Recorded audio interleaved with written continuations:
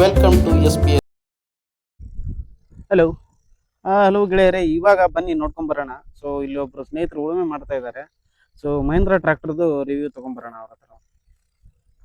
S, ಬನ್ನಿ ಗೆಳೆಯರೇ. So ಇವಾಗ ನೋಡ್ತಾ ಇದ್ದೀರಲ್ವಾ ನೀವು, ಇದು ಮಹೇಂದ್ರ 475 ಬಂದ್ಬಿಟ್ಟು ಟ್ರ್ಯಾಕ್ಟರು. ತುಂಬ ಪರ್ಫಾರ್ಮೆನ್ಸ್ಗೆ ಹೆಸರುವಾಸಿ ಅಂತಲೇ ಹೇಳ್ಬೋದು. ತುಂಬ ಜನಗಳಿಗೆ ಇದು ಫೇಮಸ್ಸು. ಬನ್ನಿ, ಸೊ ಕಸ್ಟಮರ್ ಏನು ಹೇಳ್ತಾರೆ ಈ ಥರ ಫೀಡ್ಬ್ಯಾಕ್ ತೋರ್ಕೊಂಬರೋಣ. ನೋಡಿ, ಸಖತ್ತಾಗಿದೆ ಅಂತಾನೆ ಹೇಳ್ಬೇಕು. ನೋಡಿ ಯಾವ ರೀತಿ ಫೀಲ್ಡ್ ಅಲ್ಲಿ ವರ್ಕ್ ಆಗುತ್ತೆ ಅಂತ. ಅಣ್ಣ ಹೇಗಿದೆ ಅಣ್ಣ ಟ್ರ್ಯಾಕ್ಟರ್?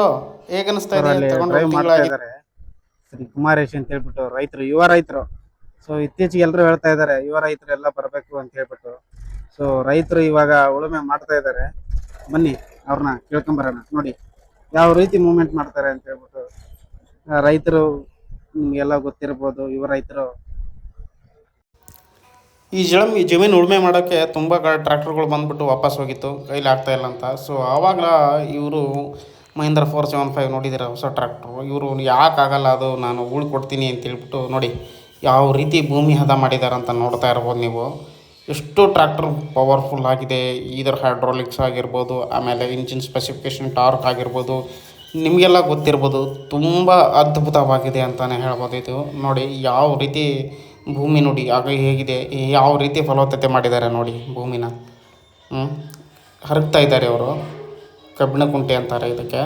ನೋಡಿ ಗಾಡಿ ಯಾವ ಸ್ಪೀಡಲ್ಲಿ ಬರ್ತಾಯಿದೆ ನೋಡಿ. ಸೆಕೆಂಡ್ ಗೇರಲ್ಲಿ ಗಾಡಿ ಮೂಮೆಂಟ್ ಆಗ್ತಾ ಇರೋದು ನೋಡಿ. ಎಷ್ಟು ಸ್ಪೀಡಾಗಿದೆ ಗಾಡಿ, ಎಷ್ಟು ಸ್ಪೀಡಲ್ಲಿ ಬರ್ತಾಯಿದೆ ನೋಡ್ತಾ ಇರ್ಬೋದು ನೀವು. ಅಬ್ಸರ್ವ್ ಮಾಡ್ತಾಯಿರಿ ಯಾವ ಸ್ಪೀಡಲ್ಲಿ ಬರ್ತಾಯಿದೆ.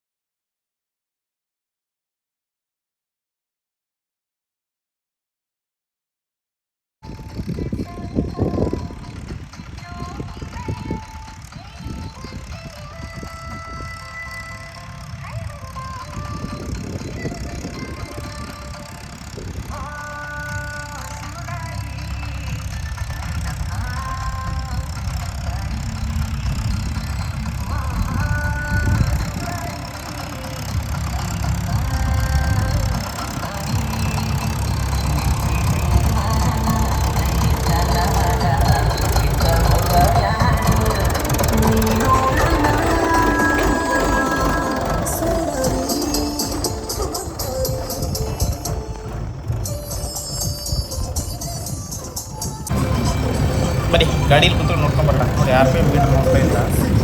ಪವರ್ ಸ್ಟೇರಿಂಗ್ ಆಗಿರೋದ್ರಿಂದ ಸ್ಮೂತಾಗಿ ನಿಮ್ಗೆ ಯಾವುದೇ ರೀತಿಯಾದ ಡ್ರೈವರ್ಗೆ ಆಯಾಸ ಇರೋದಿಲ್ಲ ಇದರಿಂದ.